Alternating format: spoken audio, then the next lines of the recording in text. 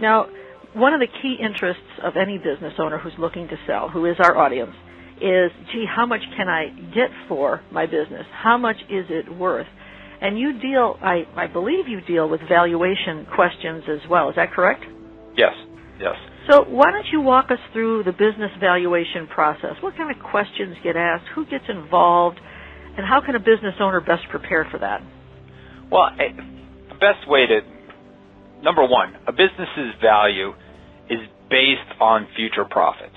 A buyer buys a business, and they base and true valuation methodology is based on future cash flows, a discount of future cash flows.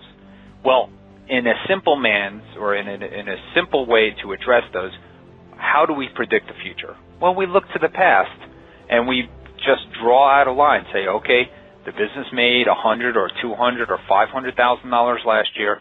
We're just going to assume it's going to make that into perpetuity, and we're going to value the business based on that. Well, that was easy to do.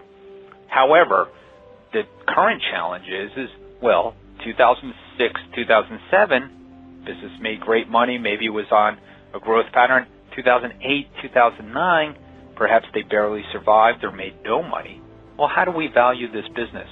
So that's been our challenge. So what I would say to business owners is if you're looking to sell, businesses, once again, are valued on future profits.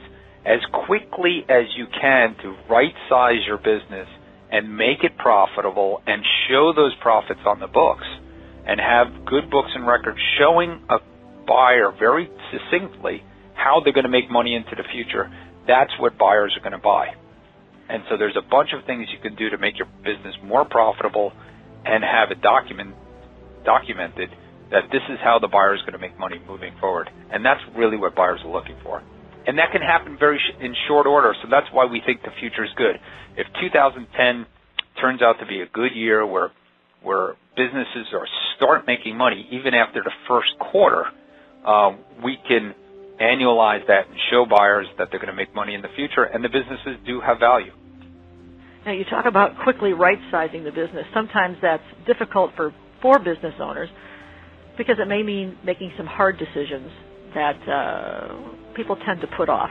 But what you're saying is now's the time to make those decisions. If you need to cut people or businesses or whatever, you need to do that now to move forward into the future. Is that correct? Yeah, I read somewhere, I was reading something and said, don't waste a good crisis. And I think that's very apropos.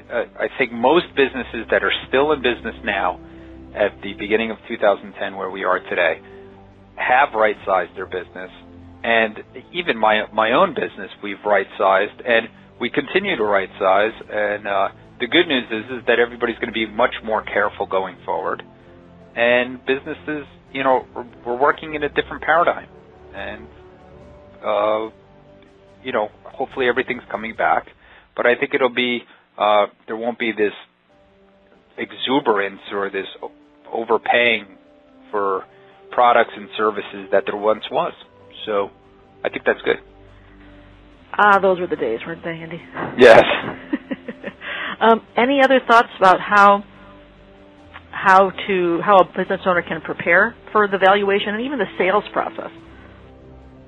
Well, when you work with a broker or when you're thinking about valuing your business, what you want to do is you want to make sure that all your books and records are up to date and in good order.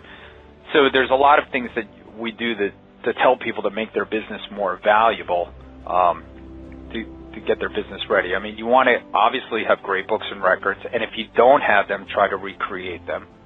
You want to grow your earnings, so you want to be on an uptick as you're going into this process.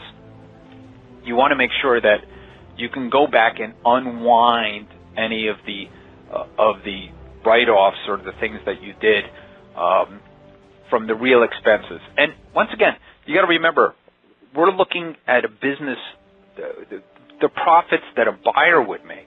So maybe the seller is saddled with debt that the buyer wouldn't be. So we could recast the financials. That's what a business broker is going to do. That's one of their jobs. They're going to come in and they're going to recast the financials to make it look like what a buyer would make in the future.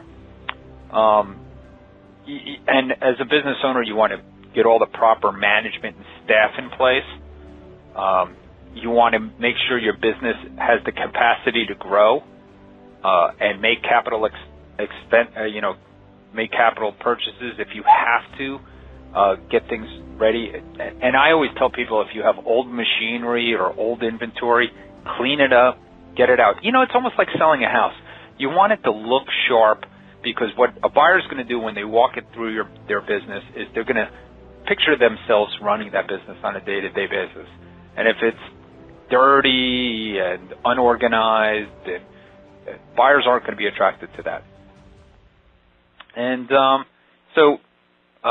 last thing is, one of our tips is you want to control, manage, and document inventory, especially going into it. You want to know exactly how much inventory you have. If you've been playing with inventory numbers to save taxes, you want to try to avoid that and/or write it before you go into this process. And you're going to want to put a team together. And that includes an intermediary, and that includes a transaction attorney, and that probably will include your accountant, and you want to get your family on board, and you want to plan this out.